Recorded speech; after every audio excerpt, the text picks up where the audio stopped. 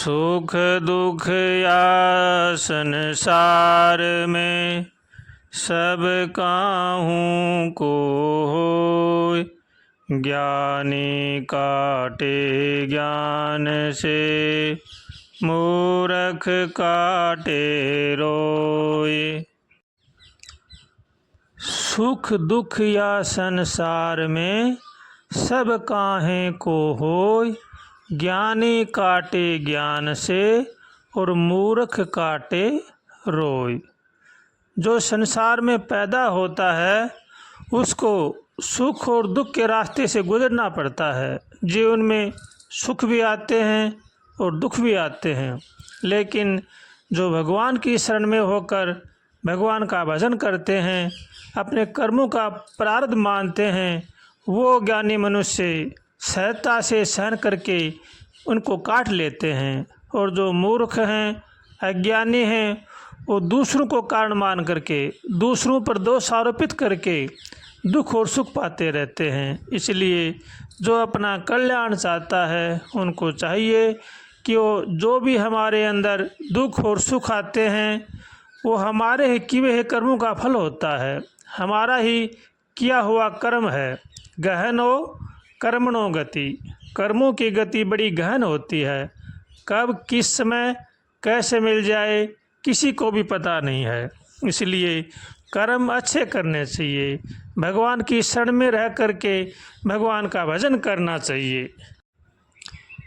कर्म वो खेती है जो ब्याज समेत वापस मिलती है, इसलिए कर्म अच्छा करने चाहिए। ये बातें जानते सब हैं कि किसी का हम बुरा करेंगे तो हमें दुख मिलेगा, किसी को हम सताएंगे तो हमें भी दुख मिलेगा, लेकिन मानता कोई बिरला ही है। जो जानता है और मानता नहीं है, भगवान उसको कभी भी माफ़ नहीं कर सकते। गीता जी में भगवान कह रहे हैं, जो ज्ञानी लोग हैं और दुष्कर्म करते हैं उनको भगवान भी माफ़ नहीं करते हैं। इसलिए जो जानते हैं उनको मानना चाहिए, अगर नहीं मानते हैं तो फिर उनको दुख के अलावा कभी भी सुख नहीं मिलेगा। इसलिए हरदम सचेत और सावधान रह करके अच्छे कर्म करने चाहिए।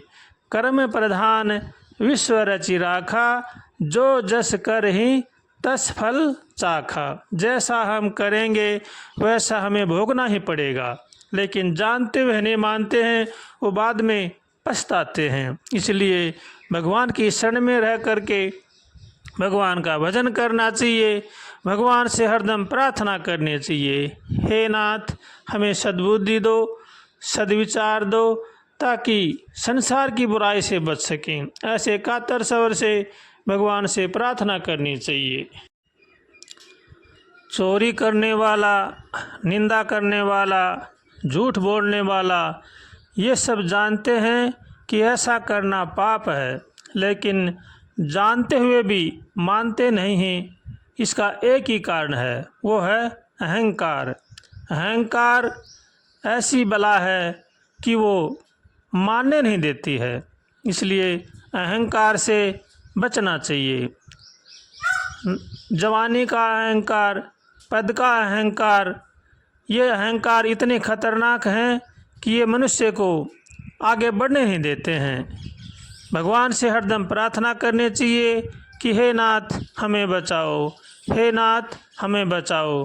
तो भगवान बड़े ही दयालु हैं, वो दयावान हैं, ज़रूर दया करेंगे। इसलिए अहंकार से बचने के लिए भगवान से हरदम प्रार्थना करते रहना चाहिए। अहंकार वो मोटी बीमारी है कि उसका सर्वनाश कर देती है, इसलिए इससे बचना चाहिए।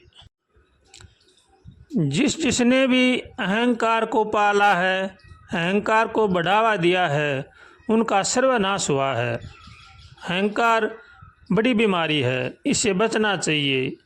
अहंकार में तीनों गए, धन वैभव और वंश, ना मानो तो देख लो रावण कौरव कंस। अहंकार इतनी बड़ी बीमारी है कि अच्छे अच्छों को भी पछाड़ देती है। रावण बड़ा ही ज्ञानी था, पंडित था, बुद्धिमान था, शक्तिशाली था, लेकिन उसके अहंकार ने उसका विनाश कर दिया। ऐसे ही जिन जिन के पास अहंकार बढ़ा है उनका विनाश ही हुआ है। इसलिए अहंकार से बचना चाहिए और भगवान से हरदम प्रार्थना करनी चाहिए और भगवान की शरण में रह करके भगवान का भजन करना चाहिए। श्रीमन नारायण नारायण नारायण हरि, भजमन नारायण नारायण नारायण हरि। श्रीमन नारायण नारायण नारायण हरि, भजमन नारायण नारायण नारायण हरि।